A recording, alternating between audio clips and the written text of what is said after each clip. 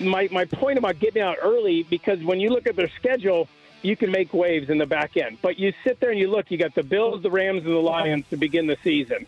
And then you got Washington, and then you got the 49ers and Packers. So it's just a tough start to the season. I think if you get through that 500, you're in really good shape looking at the playoffs going into the second half of the season. Look at that. That was before week 1, Jay Feely sharing that pearl. And here we are, 8 weeks into the season. The Cardinals are at 4-4 through their first 8 games, in first place, and eyes on the playoffs. And Jay joins us now for his weekly segment, Kicking It with Jay Feely. Jay, what's going on, man? I'm doing well. Interesting game I did yesterday with the Ravens-Browns. I mean, the NFL, you just never, ever know. It's just amazing. But you look, Vince, what I didn't know, I was hopeful that they could get to 500. They'd be in a good spot, which they are now. And the fans, I'm sure, are very excited, looking forward to the rest of this year and what might be. I didn't know they'd be in first place, though. I didn't think that the 49ers would have a record like they do. Those are the teams. You thought Seattle, the Rams, they may be, 500, maybe a little under, but you thought the 49ers would kind of be out there a couple games in front of you. So it's better than I even hoped it would be. Yeah, totally. Being a kicker and having done this, you're going to know exactly the answer to this question. So on a day yesterday where for most of the game, James Conner was completely contained when the Dolphins could not get off the field, the Cardinals couldn't get him off the field on third down. They got down to a point in the game where the defense had to get a stop, check. The offense had to get downfield, check. Now the kicker has to make the kick, and he does. When all three things happen like that, what does it do to the internal chemistry of a football team? Well, you go in on Monday, and everybody's got a huge smile on their face. When you lose a game, Monday is brutal. If you're the guy, if you missed a kick especially, or if you're the guy that missed the play that could have won the game, you feel awful. And everyone's walking around, no one's talking, is kind of muted around the building. And then you try to gather up through Tuesday and then get ready to attack the week on Wednesday. And it's the exact opposite when you win a game. And for the Cardinals, when you sit there and you're in a situation where now you've gotten through the hardest part of your schedule and you've gotten yourself in a position where you legitimately can think about trying to make the playoffs. At the beginning of the year, you have hope. There's a certain point in your schedule where hey, we're in it or we're not. And they're definitely in it right now. And, this team plays better than the sum of their parts, especially defensively. What they do on defense with the inability to really get after the quarterback. They had 1 sack in the game against Miami. And by the way, Tua played really well. I mean, he didn't look rusty at all, did he? I mean, we talked about that last week that, what would he look like? Is it really big getting Tua back? I mean, that team is a different team when they have Tua, which makes me even happier that the Cardinals were able to find a way to win this game and, to get Kyler play, I thought his best game, and I thought Drew Petzing, who I was critical of last week, I thought that was his best game as well. When they're going to play man coverage, what are the things you want to do? Crossers, which that's what Marvin caught most of his passes on, and then taking advantage of McBride when he's in one-on-one situations and really scheming up some plays. Like I think about the throwback that they threw to him. I thought they just, all in all, had a really good game. Yeah, I would agree with you too, Jay, on the assessment of Kyler's best game and Drew's best game. You can kind of throw out week 2 against the Rams because everything was working. They weren't really challenged. This was way more of a challenge. I want to get to something you hit on, though, about not making a play for your team and the feeling of losing a game, maybe. We were talking about Chad Ryland and his path to where he is right now for the Cardinals. Kicks another game winner. You live the life of a kicker, and it is an extreme scale of emotions there. What does winning a game with a kick feel better than losing a game on a missed kick hurts? No, the losing hurts more. Yeah. But for him, if you think about it, he gets drafted, he goes to New England, and he's in the hardest situation for a young kicker to be with Bill Belichick. He's tough on kickers. They've had great kickers there with Adam Vinatieri and then Steven Gostkowski, some of the very best. And so the expectation level is huge for that team and that organization, and he struggles. And so all of a sudden he's sitting at home, and he's like, is my career over?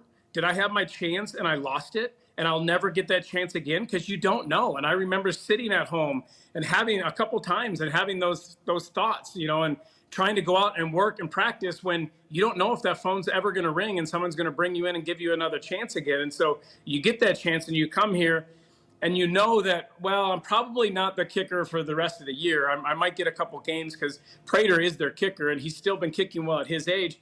But I'm kicking for my future for every other team in the NFL, and to come in and to go 8 for 9, and the one miss is a block. Yeah. And to hit 3 game winners, like those game winners, even if you're 85% or even 90%, but you've missed a couple game winners, that kills you as a kicker and for the confidence of your team and your coaches and around the league. But to flip it and to make those game winners, now everyone's looking at you, not only on this team, but around the league and saying, hey, we can trust this guy. It's just enormous for that young man. And then I'll just throw in, since we're talking about kickers, Gillikin as well, the punter.